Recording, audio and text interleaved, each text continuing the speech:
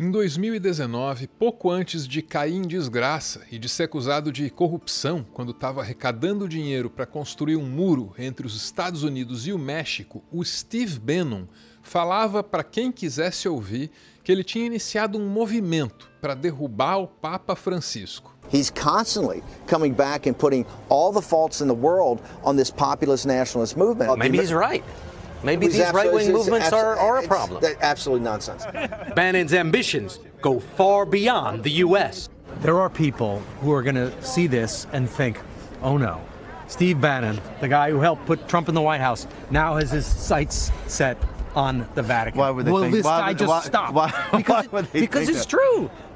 Because that's what you're doing. You're trying to bring change to this institution. This institution needs change. This institution is in decline. I think people will say that. So this is just the beginning. Oh, this is very beginning. Very beginning. This is going to take years.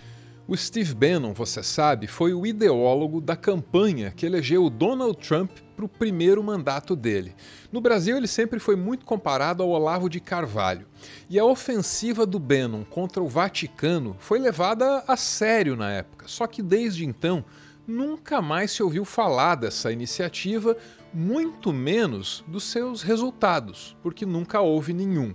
Com a morte do Papa Francisco, há quem especule sobre a possibilidade de um novo Papa que seja o absoluto inverso de Francisco, um reacionário que apoie conflitos, como o da faixa de Gaza, e que receba um Donald Trump da vida com menos frieza no Vaticano.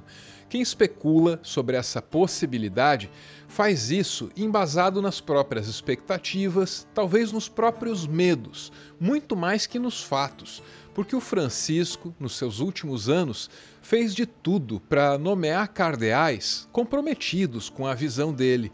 Hoje, 80% dos cardeais que vão participar do conclave são indicados de Francisco.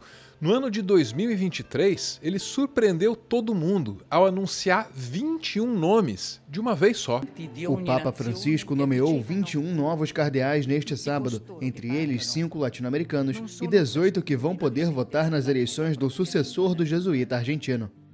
O pontífice trabalha para ter um colégio cardinalício menos ocidental e mais orientado para o hemisfério sul. Eu sou Arvro e esse é o meu textão sobre o futuro da Igreja.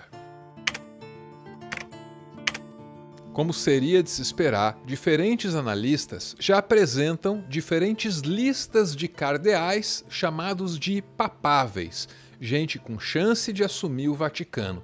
Essas listas variam, alguns nomes aparecem em algumas listas, são omitidos de outras. Só que tem alguns cardeais que raramente são deixados de fora.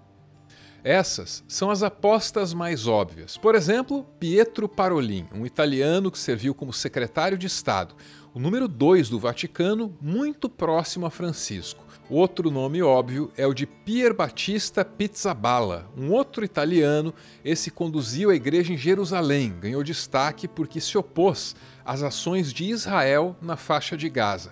Também tem o Matteo Maria Zuppi, mais um italiano e mais um que ganhou destaque em função das guerras. Esse é do corpo diplomático do Vaticano, sempre foi de uma atuação mais discreta até se tornar o enviado especial do Papa para a paz na Ucrânia, uma tarefa que naturalmente atraiu muitas atenções e gerou muita visibilidade. Ainda tem o Jean-Marc Avellini. Esse nasceu na Argélia, mas passou a maior parte da vida em Marsella, na França, onde ele virou arcebispo. Ele é conhecido por defender e acolher os imigrantes africanos na Europa. Anders Arborelius seria uma escolha curiosa. Ele é um sueco, era luterano, mas aí se converteu e ascendeu rapidamente na hierarquia católica. Foi nomeado cardeal pelo Papa em 2017. Mário Grech, de Malta, é talvez o nome mais intimamente ligado às reformas do Papa Francisco, porque ele foi um dos líderes do último sínodo que deliberou sobre o futuro da Igreja.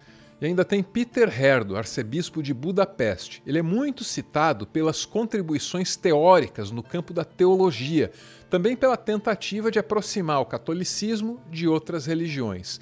Jean-Claude Hollerich é outro conhecido pelos textos de teologia e por uma posição irredutível em relação aos dogmas da Igreja. Apesar disso, tem fama de ser aberto às mudanças sociais. Ainda tem Antônio Tagli, arcebispo de Manilha. É um dos críticos mais vocais da Igreja dentro da Igreja. É um dos poucos cardeais que se manifesta aberta e espontaneamente sobre os casos de pedofilia. O trabalho social dele, nas Filipinas, é voltado aos imigrantes e aos pobres. E graças a esse trabalho, ele ganhou o apelido de Francisco Asiático. Um outro nome que vem da Ásia é o de Charles Marumbô, o primeiro e único cardeal de Myanmar, um país cheio de instabilidades políticas dentro do qual ele tem sido uma voz a favor da conciliação social. Peter Turkson, de Gana, é de um perfil parecido, conhecido também pelo tom conciliatório. Já Fridolin Ambongo, do Congo, da mesma forma, prega paz no próprio país, só que ele já fez frente ao Papa Francisco, questionou a orientação de abençoar casais homossexuais. Dos Estados Unidos vem Robert Francis, conhecido por atuar também no Peru e em outros países da América Latina como missionário. Um outro candidato viável dos Estados Unidos é Timothy Dolan. Esse é de Nova York. Ele se tornou famoso por uma iniciativa para combater a pedofilia na igreja. Nas listas, há apenas um brasileiro, Sérgio da Rocha, arcebispo metropolitano da Bahia, que aparece com frequência. Na imprensa internacional, ele é apresentado como um cardeal comprometido com a visão do Francisco para a Igreja e, claro, com as reformas do Francisco também.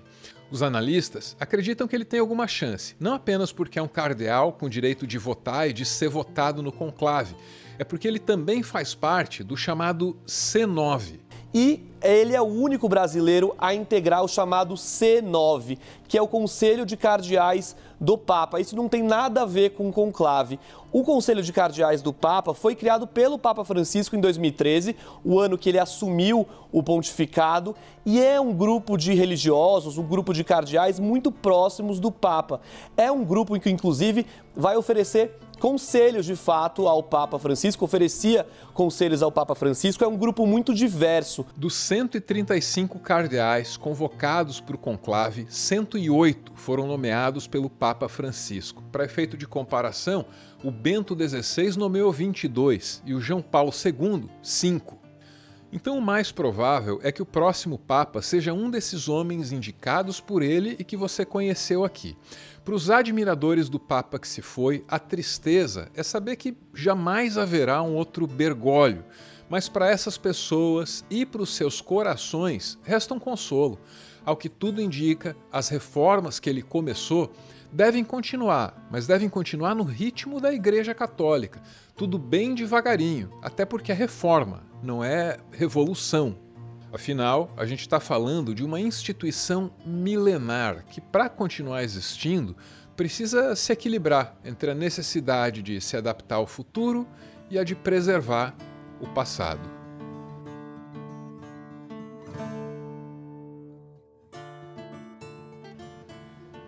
Muito obrigado por ver esse vídeo até o final. Eu devo seguir acompanhando esse e outros assuntos, compilando as informações e trazendo aqui para vocês. Se você quiser se inscrever, eu vou agradecer muito, vou fazer o meu melhor para que esse seu pequeno gesto seja compensado pelo melhor do meu esforço. Também queria pedir uma outra coisa para você, que você continue se comportando do jeitinho que você se comporta nessa caixa de comentários. Não importa a grandeza das nossas convicções políticas, se a gente conseguir expressar essas convicções de um jeito cordial, civilizado, é sempre muito melhor, para todo mundo, né? Espero poder contar com você nesse objetivo de construir um espaço saudável em que cada um de nós possa ser o seu melhor para si e, claro, para os outros também. Valeu!